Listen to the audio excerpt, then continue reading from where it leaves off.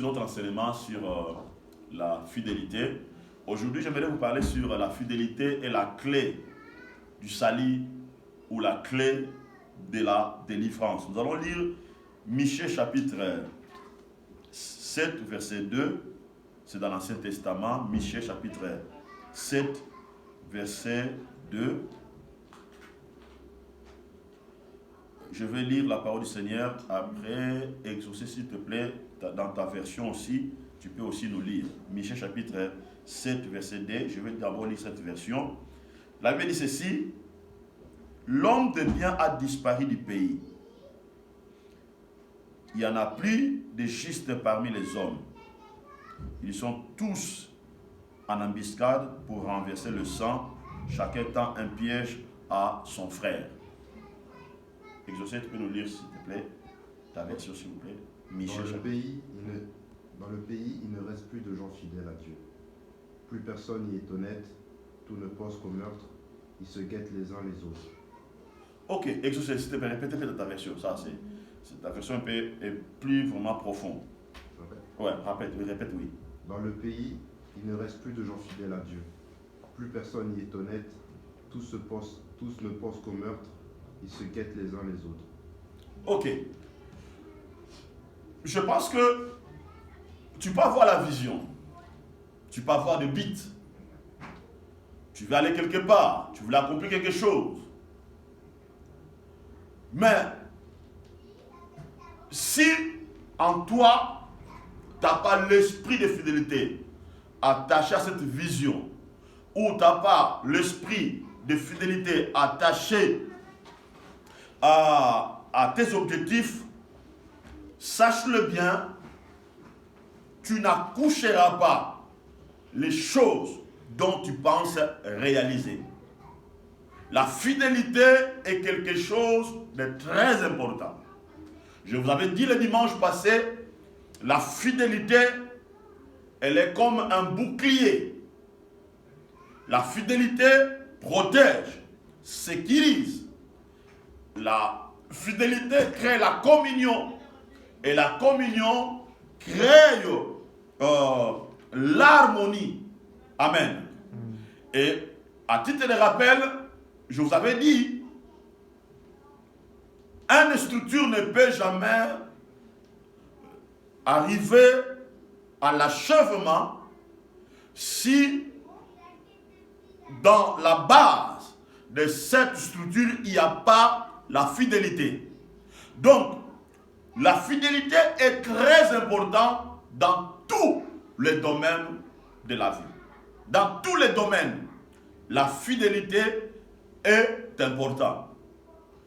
On voit même dans la structure du monde, on a mis des règles, des principes, en fait, pour motiver les gens à être fidèles.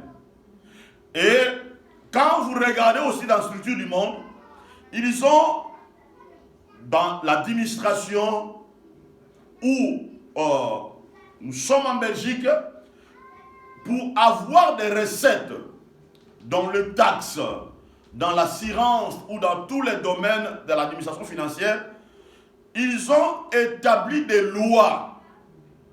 Des lois là, ça te pousse ou t'impose à être fidèle pour payer les taxes, payer des assurances ou payer des factures. Si tu ne le fais pas, si tu ne le payes pas, il y aura des conséquences. Vous comprenez? Il y aura des huissiers qui viendront frapper à la porte. Dans notre sens, donc ils ont mis des systèmes pour pousser des gens à être fidèles par rapport au système qu'ils ont établi. Amen. Donc, tu peux avoir la volonté ou ne pas avoir la volonté, mais tu es dans l'obligation de le faire. Vous comprenez? Tu es dans l'obligation. Et même dans le domaine du mariage, Dieu a dit, l'homme quittera son père et sa mère, s'attachera à sa femme. Et Dieu a établi le principe de la fidélité pour garder la structure de mariage, enfin, qu'il n'y ait pas de la séparation. Et cette base, c'est la fidélité. Vous comprenez? Et la fidélité là est imposée par l'un et l'autre. Et même dans l'église. Donc la fidélité est quelque chose de très important. Vous savez, ce matin, il y a quelque chose qui, lorsque je me suis réveillé, il y a quelque chose qui a commencé à monter dans mon cœur. Il y a une pensée que Dieu a mis dans mon cœur. Et cette pensée, c'est celle-ci. Vous savez, notre vie sur la terre est limitée. Vous comprenez? Mais après la mort, notre vie n'est pas limitée. Sur la terre, notre vie est limitée. La Bible déclare, pour les gens qui ont la force, il peut aller jusqu'à 100 quelques. Mais notre vie sur la terre est limitée. Mais après la mort, notre vie n'est pas limitée.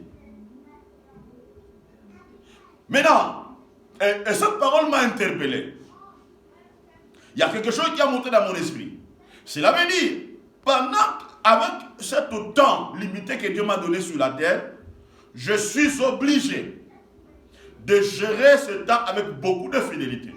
Parce que lorsque je entrerai dans la dimension non limitée, afin que le bon nous aide, que j'ai pratiqué attaché à la volonté de Dieu, puisse me suivre de l'autre côté. Afin que je sois dans le bonheur et dans la paix. Parce que de l'autre côté, il y a deux vies. Il y a l'éternité et il y a l'enfer.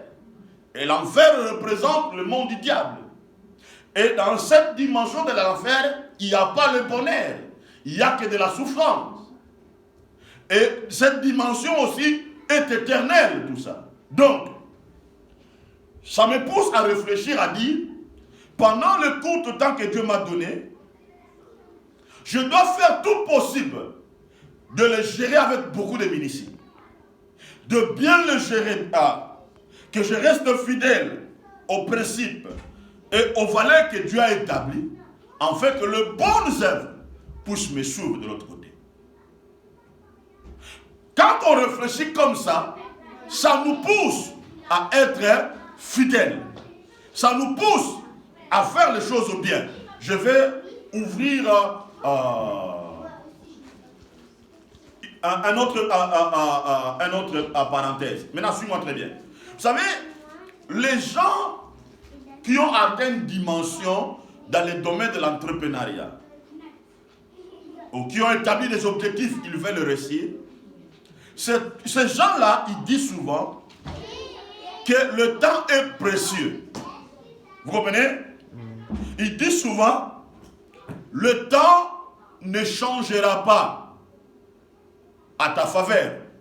C'est à toi de s'adapter par rapport au temps, par rapport aux objectifs que tu as, par rapport à la vision que tu as. Et souvent, ces gens-là disent que le temps sur la terre est court. Je dois faire tout possible de réaliser le rêve que j'ai, de réaliser que les choses que je vais accomplir. Et souvent, ces gens-là, ils établissent des règles, des principes, et ils essaient de mener leur vie par rapport à ces règles-là pour accomplir quelque chose. Parce qu'ils disent que le temps est court. Il faut que je puisse réaliser ce que je rêve. Vous comprenez?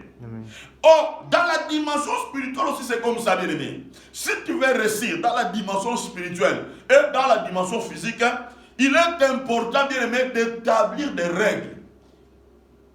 Et de rester fidèle par rapport à ces règles-là établies. Maintenant, Dieu a dit ceci, à travers le prophète Michée. L'homme de bien a disparu du pays. Cela veut dire, l'homme fidèle a disparu du pays. Ça, c'est grave, ça. C'est grave. Donc, Dieu réagit pour dire, l'homme fidèle a disparu du pays. Donc, Dieu, il a fait un remarque. Dieu, il a constaté. Le pays ici représente le structure. Ça peut être l'église, ça peut être la famille, ça peut être une entreprise, ça peut être la relation. Maintenant, lorsque Dieu a remarqué, lorsque Dieu a scanné toute structure, Dieu a dit, l'homme fidèle a disparu. Cela veut dire qu'il y avait des gens. Vous comprenez? Il y avait des gens. Ce n'est pas que toutes les personnes qui étaient disparues. Mais il y avait des hommes. Il y avait des structures qui étaient établies. Mais quand Dieu vient, il regarde, il dit, Dieu a réagi. Il a dit, non. Il n'y a plus l'homme fidèle.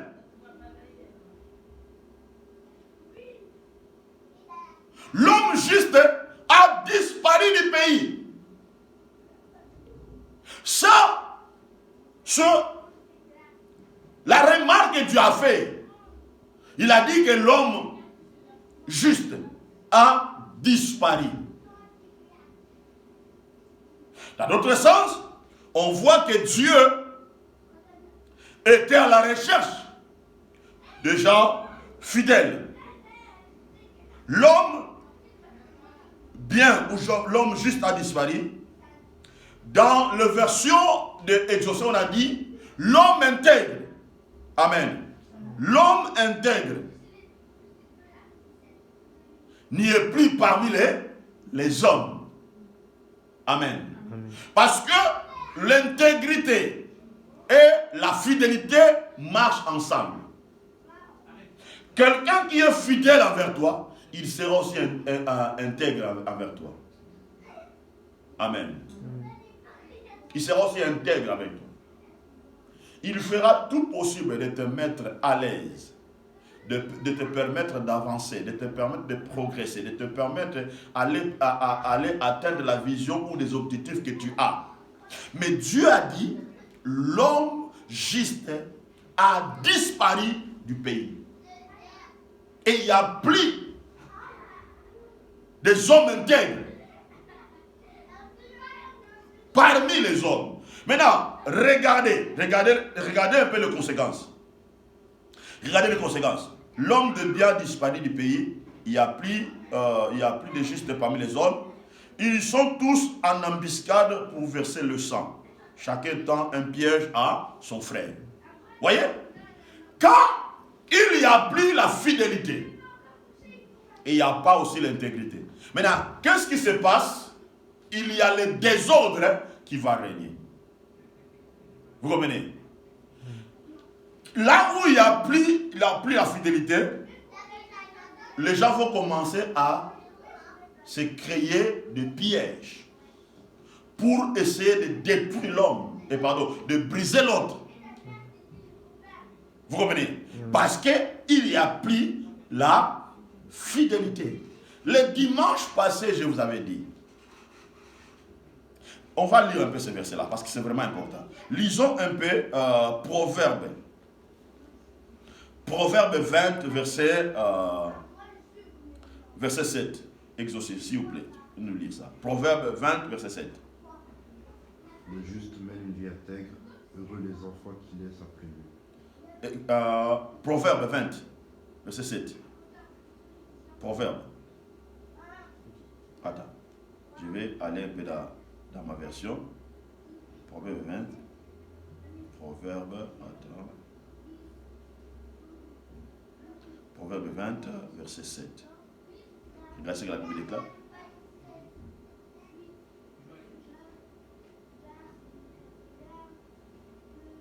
Proverbe 20, verset 7. Attends.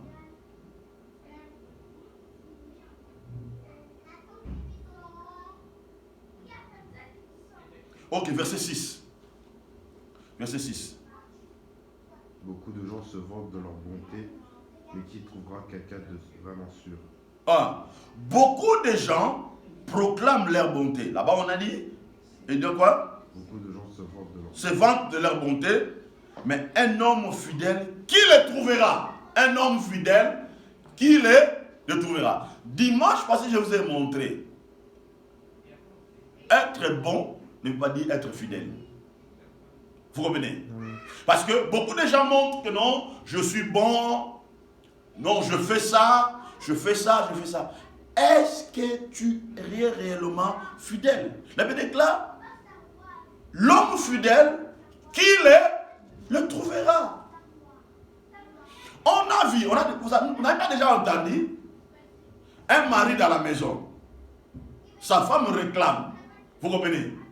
Un mari infidèle. Malgré on ne dit pas ça. Je peux dire un mari Jézabel. Vous comprenez? Donc il dit à la femme, moi je te fais tout. Je t'achète à manger, je te fais ça, tout ça. Mais l'homme il est infidèle.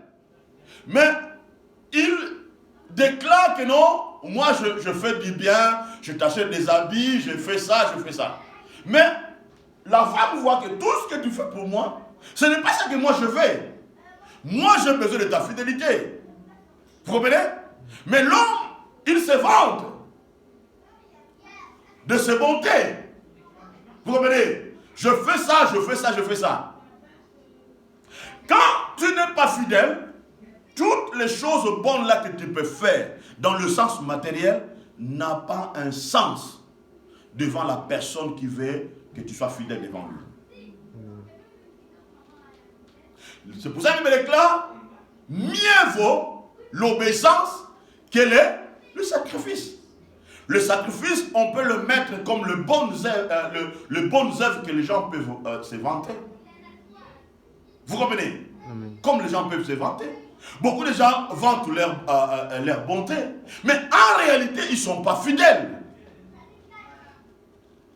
Parce que ce qui crée la sécurité, ce qui crée la paix, la communion, l'harmonie dans une structure, c'est la fidélité. Ça crée l'harmonie. Ça crée l'harmonie.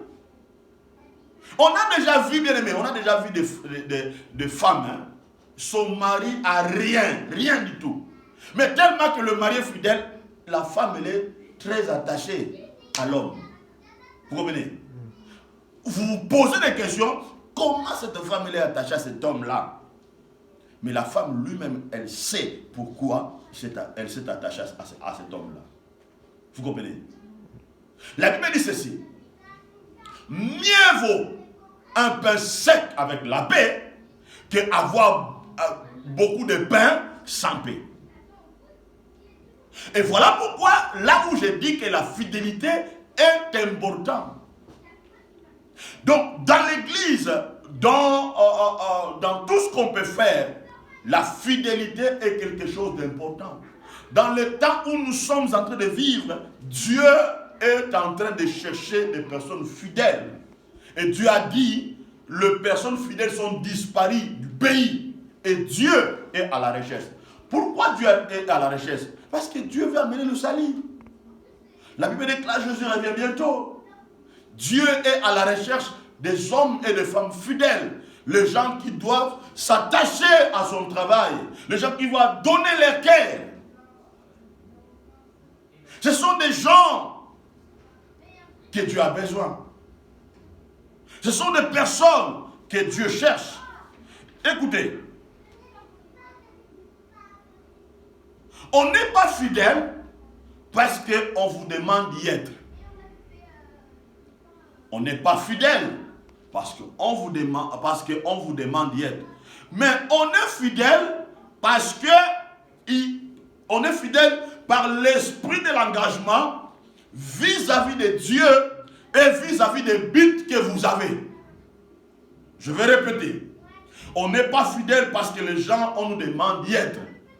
Mais on est fidèle par l'esprit d'engagement vis-à-vis de Dieu et vis-à-vis des objectifs que vous avez. Lorsque quelqu'un a une vision, il a la responsabilité. Il va accomplir quelque chose, on lui impose pas la fidélité. Lui-même, il manifeste la fidélité par un esprit d'engagement. Cela veut dire, il doit s'engager à sa femme, à son homme, à son église, à Dieu, à sa vision, à tout ce qu'il pense accomplir. Il est attaché à ça. D'ailleurs, quelqu'un qui a un esprit d'engagement, il est influençable. Tu ne peux jamais changer la trajectoire de sa vision ou de ses objectifs. Il reste inébranlable. Il est focalisé. Tu ne peux pas le bouger. Il sécurise ce qu'il a. C'est comme il y a des jouets bien-aimés. lorsqu'il a le ballon, pour lui arracher le ballon, c'est compliqué. Il sécurise son ballon parce que son objectif, c'est de quoi? C'est de mettre le ballon au filet.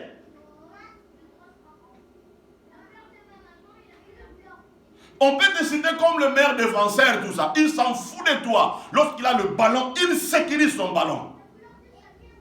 Il sécurise ça. Quand vous avez une vision, vous avez des buts, vous avez des choses accomplies, bien aimé, tu dois sécuriser ça par l'esprit d'engagement. Parce que la fidélité fait naître en nous un esprit d'engagement. Et quelqu'un qui a l'esprit d'engagement, c'est quelqu'un qui n'abandonne pas. C'est quelqu'un qui s'attache aux valeurs, aux principes et aux règles. Amen. Amen. Et c'est ça ce qui est très important. Bien aimé, la fidélité paye. La fidélité paye. La fidélité paye. La fidélité paye. Dieu récompense. Ce que Dieu nous donne est plus important que ce que les hommes peuvent nous donner. La fidélité paye. Et d'ailleurs, plus loin que je peux vous dire, la fidélité mène des surprises, fait naître des surprises dans notre vie. Je vais vous donner un témoignage. Vous savez, il y a lorsque le fondateur de Nike voulait créer la société de Nike, on cherchait des logos, tout ça. Il y avait une femme qui a dessiné, on appelle ça comment, le terme échappe, comme un petit virgule comme ça. Vous comprenez? Il a créé ça. Et seulement ce logo-là a changé l'histoire de Nike. Et le fondateur, je ne sais pas si ça s'appelle Phil Knight, il est donc à cause de la fidélité de cette femme-là, qu'est-ce qu'il a fait? Il a donné une part de Nike à la dame qui était très attachée à Nike. Vous savez, la femme-là, durant toute sa vie, elle reçoit ou elle recevait la part d'argent venant de Nike. Vous savez, lorsque vous êtes fidèle au royaume de Dieu, vous êtes fidèle aux principes, bien aimés, sache-le bien, dans le royaume de Dieu, tu auras une part de l'héritage de Dieu. Et Dieu commencera à te payer. Dieu commencera à te récompenser. Et cette grâce-là suivra même tes enfants. Suivra même tes enfants. Regarde ce que Dieu a dit au roi David. Il a dit, à cause de ta fidélité, à cause de l'alliance que j'ai fait avec toi, à cause que tu as marché avec moi, ta royauté ne sera jamais arrachée. Il a dit, même tes enfants, s'ils seront fidèles à moi, à cause de toi, je n'arracherai pas le royaume. Bien aimé, tes bonnes œuvres, ta fidélité en pratiquant les bonnes œuvres, cette bénédiction peut sécuriser même toute ta génération. Ça peut impacter même. Dieu peut commencer à se souvenir de toi à cause, se souvenir de tes enfants à cause de toi. Donc, la fidélité est quelque chose de très important. Quelqu'un de fidèle, il prend des choses autour de lui et donne la considération. Il agit avec sagesse, il sait prévoir les choses. Je répète, quelqu'un de fidèle, il prend aux choses autour de lui et donne aux choses-là la considération. Cela veut dire, il prend la responsabilité. Vous comprenez? Les choses qui sont autour de lui, il donne beaucoup de considération par rapport à ça. Parce que tu ne peux jamais atteindre un objectif ou réaliser des choses si tu ne donnes pas d'abord la considération à ces choses-là. Quand moi je dis que j'aime ma femme, j'aime Dieu, j'aime l'église, tout ça, je dois d'abord donner la considération à la personne que j'aime, à la personne à laquelle dont je suis fidèle, à la responsabilité qu'on m'a donnée. Je dois d'abord donner la considération. Parce que la considération que tu donnes à la chose, ça change ta vision. Ça change ta manière de voir la personne. Ça change ta manière de voir Dieu. Ça change ta manière de voir le travail. Parce que tu donnes beaucoup de considération à ces choses-là. Et là où tu te focalises en donnant de la considération, tu vas commencer à valoriser la chose là. Et tu trouveras même que cette chose là devient sacrée pour toi. Vous comprenez? Amen.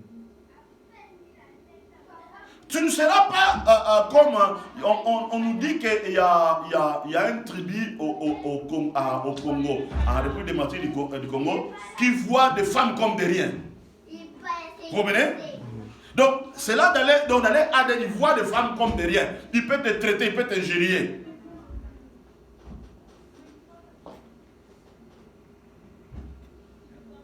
Comment quelqu'un que tu fais des enfants avec lui, tu ne le considères pas, tu le vois comme la chose. Vous comprenez? Cette personne-là te nourrit, t'a donné la postérité. Tu le considères comme la chose.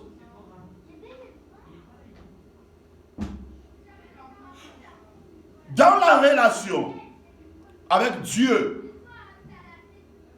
ou Dieu avec nous, d'abord, Dieu, il nous donne beaucoup de considération. Si Dieu ne nous donnait pas de considération, il n'allait pas nous sauver. Et nous aussi, nous devons avoir de la considération envers lui. Dans l'autre sens, on dit de la crainte. Quand Dieu te donne dans la relation, tout ça, tu veux bâtir quelque chose, il faut de la considération. Parce que si je ne te considère pas, comment on va marcher ensemble? Comment on marchera ensemble? Comment on bougera les choses? Comment on avancera? Parce que là où il n'y a pas la fidélité, il n'y a pas la considération. Et l'absence de la considération amène le manque de respect aux engagements. Vous comprenez? Mais quelqu'un qui a de la considération avec la chose, ou avec une structure, avec Dieu, avec le royaume, il agit avec sagesse. Il sait prévoir les choses. Il sait prévoir les choses. Je vais utiliser seulement l'exemple du monde. Vous savez, lorsqu'on reçoit nos salaires du fin du mois, on fait quoi? On prévoit les choses, n'est-ce pas? Qu'est-ce qu'on fait d'abord? On paye la maison, on paye quoi? Les charges, tout ça. Pourquoi tu fais ça? Tu prévois ça pourquoi? Pour ne pas avoir de problèmes. Pour que le huissier ne vienne pas frapper à la porte, pour qu'on ne te mette pas dehors. D'ailleurs, tu prévois déjà tout ça. Maintenant, dans la dimension spirituelle, c'est comme ça. Quelqu'un qui a de la considération avec Dieu, tout ça, ou avec ses enfants, sa femme, il prévoit les choses déjà. Vous comprenez? Il prévoit déjà les choses. Je sais que pour ne pas avoir les problèmes avec Dieu, je sais que je vais faire ça, je vais faire ça, je vais faire ça, je vais faire ça, je vais faire ça, je vais faire ça. Donc tu prévois déjà avec la sagesse. Et c'est ça quelqu'un de fidèle. Vous comprenez? Quand déjà tu es en retard dans le travail, quand tu sais que tu n'es pas en forme pour aller au travail, qu'est-ce que tu fais? Tu prévois déjà l'entreprise. Tu prévois déjà que non, je ne serai pas là, pour tout ça. Pourquoi tu fais ça? Pour te sécuriser toi-même. Parce que tu as de la considération. Et le même principe là, c'est avec le royaume aussi. Vous comprenez? Donc, tu prévois déjà des choses. Tu sais que non, quand déjà, dans ma vie de méditation de la parole, de prière, tout ça, des dîmes, offrandes, tu sais déjà, tu prévois déjà des choses. Pourquoi tu fais ça? Tu prévois ça pour ta bénédiction. Tu prévois ça pour ton salut. Lisons Jean chapitre 1, verset 47. Jean 1, verset 47. Jean 1, verset 47. Exaucé, tu peux aller avec moi, s'il vous plaît. Jean 1, 47. Jean 1, 47.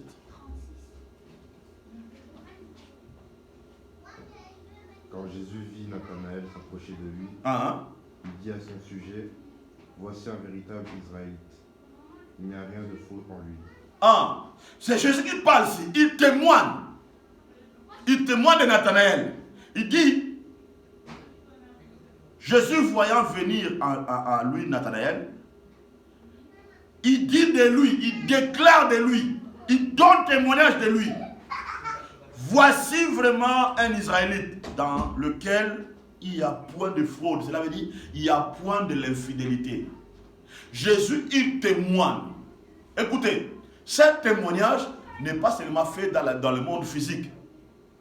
Ce témoignage, c'est fausse de la dimension spirituelle. Donc Jésus a déclaré ça devant Dieu, il a déclaré ça devant le diable.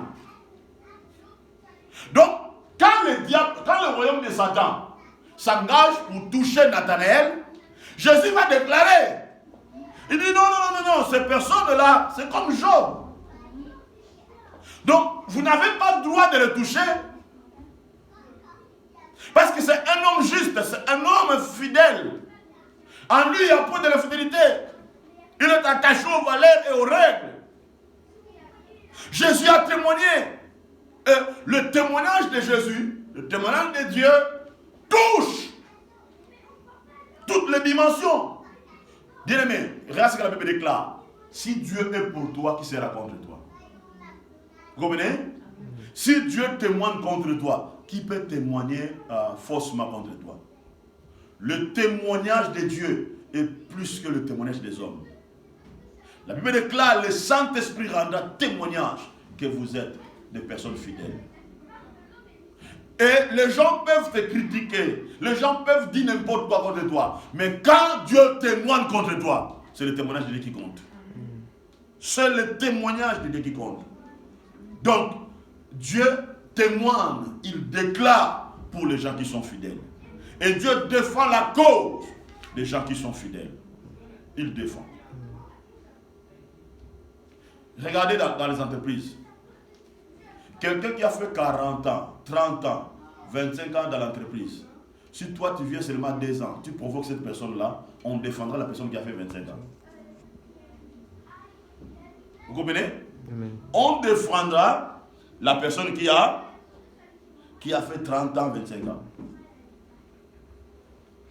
Pourquoi? C'est pour sa fidélité. C'est pour sa fidélité. Bien aimé, il est tellement important que nous puissions comprendre ça. Il est tellement important. Il est tellement important. Vous savez, selon le statistique, quand dans mariage atteint 20 ans, il est difficile que ce mariage-là puisse se casser. Vous comprenez? Quand un mariage fait 20 ans, c'est difficile que ces personnes-là se séparent. C'est difficile. C'est difficile. C'est difficile. Pourquoi? Parce que ces mariages-là ont fait déjà preuve de tempête. C'est difficile que ces mariages-là se séparent. C'est difficile qu'il y ait des divorces. C'est difficile.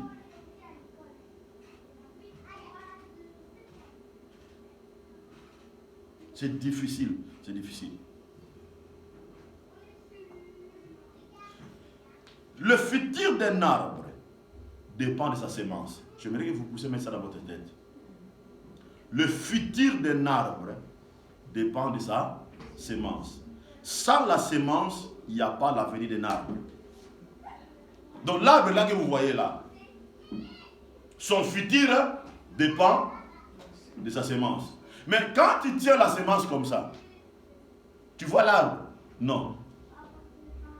Mais quelqu'un qui est visionnaire, quand il tient la sémence comme ça, il voit l'avenir d'un arbre dans la sémence. Il s'agit seulement de s'aimer ça et de commencer à arroser, jusqu'à ce que l'arbre va sortir. Donc, pourquoi j'ai dit ça? Ton avenir dépend de la sémence qui est la fidélité. Ta bénédiction dépend de ta fidélité. Donc la fidélité est comme une sémence qui fait pousser l'arbre pour l'avenir. C'est pour ça que vous allez voir de personnes fidèles sont des personnes persévérantes. Ils n'abandonnent pas. Ils s'accrochent jusqu'à atteindre le résultat.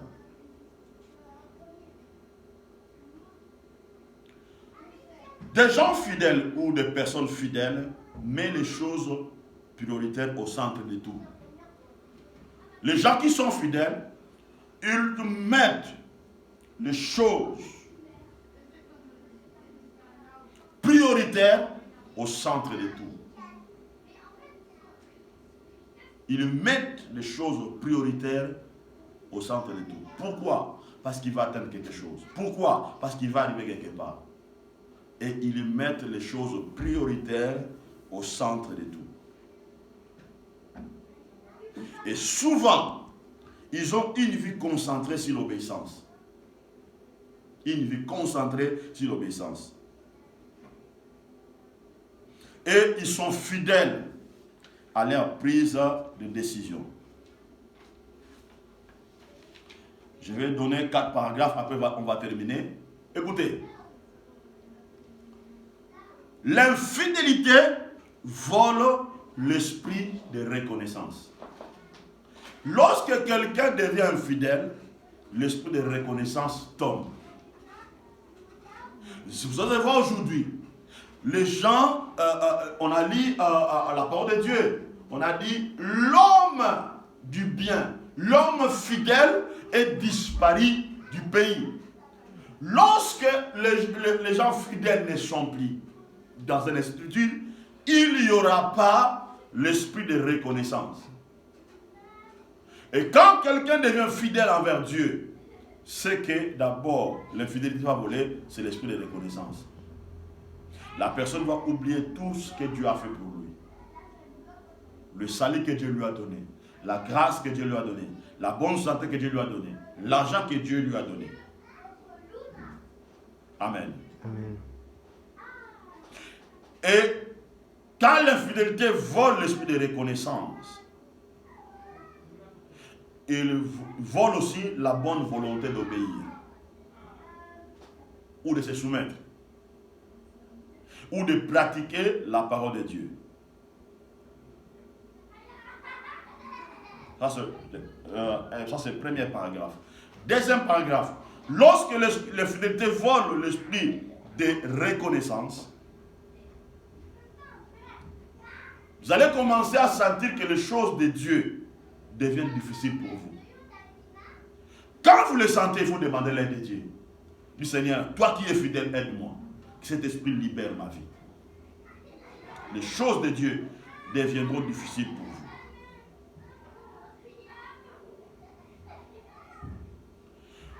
Une personne qui est fidèle, c'est quelqu'un qui fait les efforts pour atteindre la qualité dont Dieu veut pour lui. Quelqu'un qui est fidèle, une personne fidèle, il fait des efforts. Vous comprenez? Vous savez, la fidélité, c'est comme des biceps qu'on développe. Vous comprenez? Tous les jours, tu essaies. Tu sais. Si tu étais infidèle au dîme, tu fais l'effort de devenir fidèle. Vous comprenez? Si tu étais infidèle de méditer la parole de Dieu, tu fais l'effort de devenir fidèle. Si tu étais infidèle à prier, tu fais l'effort de... À chaque fois que tu fais les efforts, à chaque point, tu développes, comme si tu développes le muscle. Vous comprenez? Et le muscle que tu développes là, ça te donne la force. Ça te change. Ça change aussi ta vision, tout ça. Ça te donne de la force. Donc une personne ou quelqu'un de fidèle, c'est quelqu'un qui fait des efforts pour atteindre la qualité dont Dieu veut pour lui.